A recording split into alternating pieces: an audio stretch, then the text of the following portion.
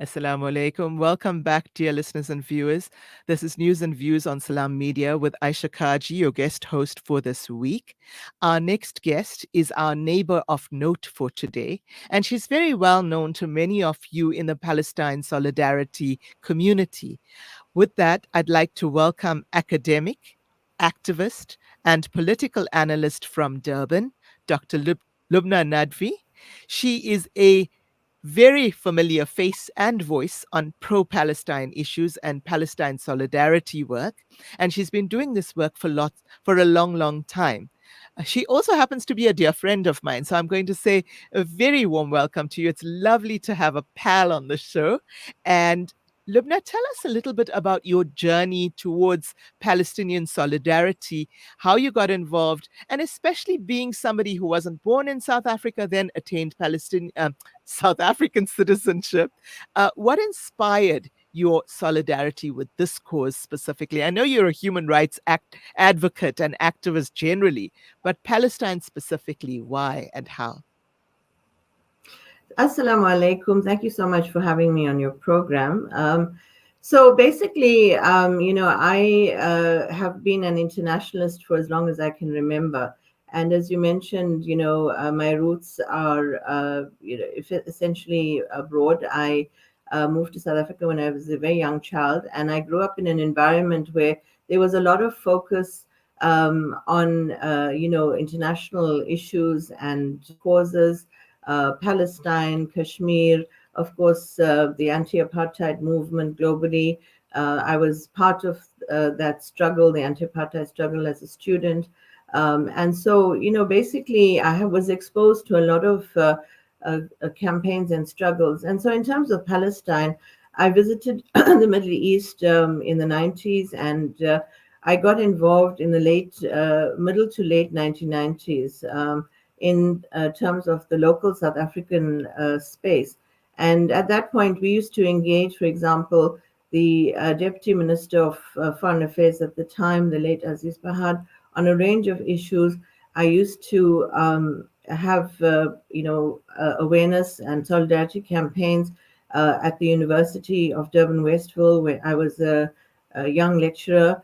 And we then started, sort of campaigning around the issue of Palestine. And in 2000, of course, you saw the events that happened, the second intifada that broke out in Jerusalem at the Al-Aqsa compound, with, of course, a series of incidences that happened. And then the kind of awareness that began to grow around what was happening in Palestine, because a lot of people didn't really know until, obviously, the issues were played out in the news. And we had, of course, the World Conference Against Racism here in Durban in 2001, where I met a lot of Palestinian activists from the NGO sector and, from the broader civil society. And we, created very sort of strong links with them. So over a period of time, I've had a lot of contact with Palestinians, both in the diaspora, those who lived in the West Bank or still do live there in Gaza. So, just building up this network. And why am I passionate about Palestine? Well, obviously, it is the oldest struggle for political self-determination. It is the longest struggle that's been going on for freedom. And it is something that, I've been passionate about for as long as I can remember, because in my family, in my home, we've been talking about it. I was exposed to the issues. So that's really why I got involved. And, I have been and I will be a Palestinian solidarity activist till my last days. That's wonderful. Thank you so much for setting that scene for us, Lubna. So, when it comes to activism,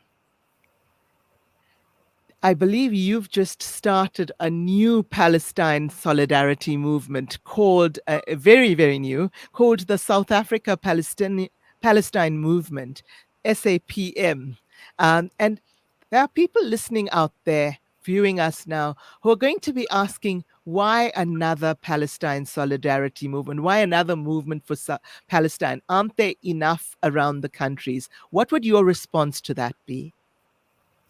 Well, I think that it's good to have, Palestine solidarity organizations in as many places as possible. And the many ones that exist at the moment are, across towns, cities, on university campuses, and so on. So I think that, they exist because of the sort of way in which people are organizing in those particular spaces. And I think there's nothing wrong with having as many as possible because they serve to amplify the Palestinian voice.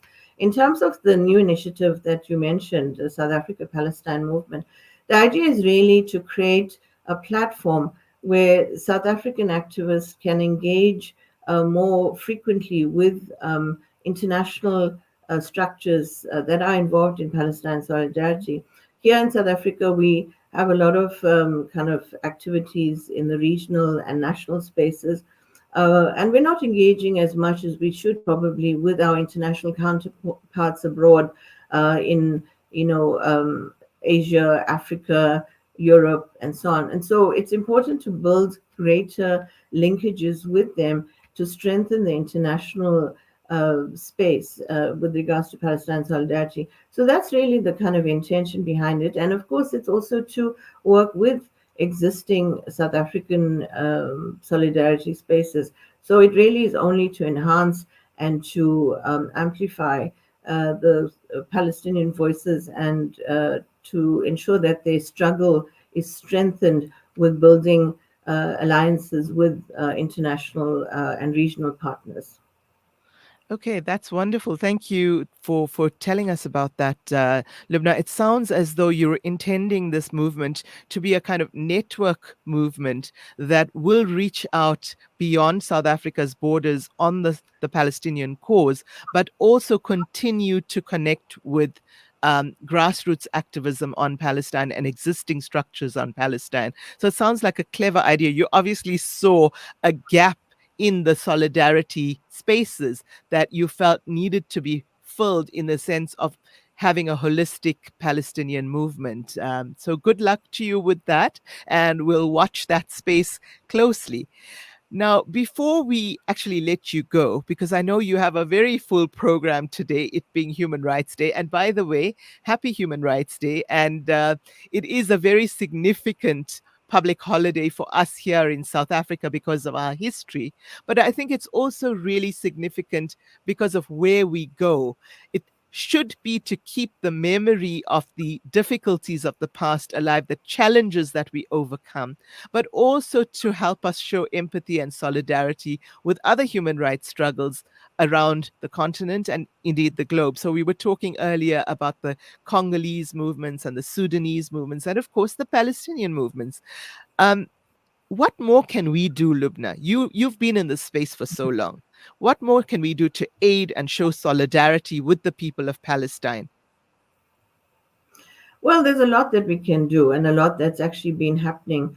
Obviously, in South Africa, we understand what's going on in Palestine because it is apartheid, Israeli apartheid that's being imposed on the people of Palestine. So we understand the struggle. In terms of dealing with the Palestinian issue in particular, it's important to, as they have asked, to amplify their voices, to effectively, in every space that we are in, to ensure that we, present Palestine as, a just struggle. So, for example, we are wearing our Palestinian scarves, try and wear the scarf as often as possible, try and wear any other sort of, item of clothing or jewelry that represents Palestine, and you take it with you wherever you go. Attend events that are held, organize your own events as possible. Write to the newspapers, write letters, be out in the public space as much as possible and present Palestine, because I think the most important thing is that we have to counter the efforts that are being made to silence the Palestinian voice. Mhm. For example, on social media, the companies that run those social media platforms are trying to shadow ban the activists to silence their voices. So our responsibility is to counter that and to amplify and to be as loud as possible. So there are multiple ways to do this, and every day should be Palestine Day. And that's what I would urge for everyone to think about. Today we have human rights here in South Africa, and we connect with human rights struggles all across the world. But again, it's also a day to remind everyone that Palestine is still not free. And as Madiba said, we as South Africans are not free until Palestine is free. And that's such a wonderful way to sort of end off this segment. Mr. Mandela said, "We as South Africans are not free without the freedom of the Palestinians." Lubna Nadvi, academic, political activist, Palestine activist, and founder of a new movement, South Africa Palestine movement. Thank you so much for being here with us this morning. We've really appreciated your insights. Certainly, a lot of people will recognize you, even without the segment, as a neighbor of note. But we're delighted to have had you with us. And really wish you everything of the best for the remainder of this day. What are your plans for the rest of the day? Thank you very much for the good wishes. Well, I will be attending a human rights activity organized by the Active Citizens Movement, which is an organization I serve in. Later on, there is also another activity specifically for Palestine called All for Gaza, which is raising funds for humanitarian aid, which will go to Gift of the Givers. I'm a keynote speaker at that event, and they're trying to raise funds through various means. So if you are a Durban-based listener or viewer listening in, do try to attend that Palestine All for Gaza event. If possible, it's in Sufi Sahib Road in Durban, Riverside. So it's a very busy day for me. Thank you I so can much see for the that. opportunity. It was an absolute pleasure and everything of the best, as I said. With that, dear listeners, we are going to go and pay some bills now, and we move over to an ad break before our final segment of the day.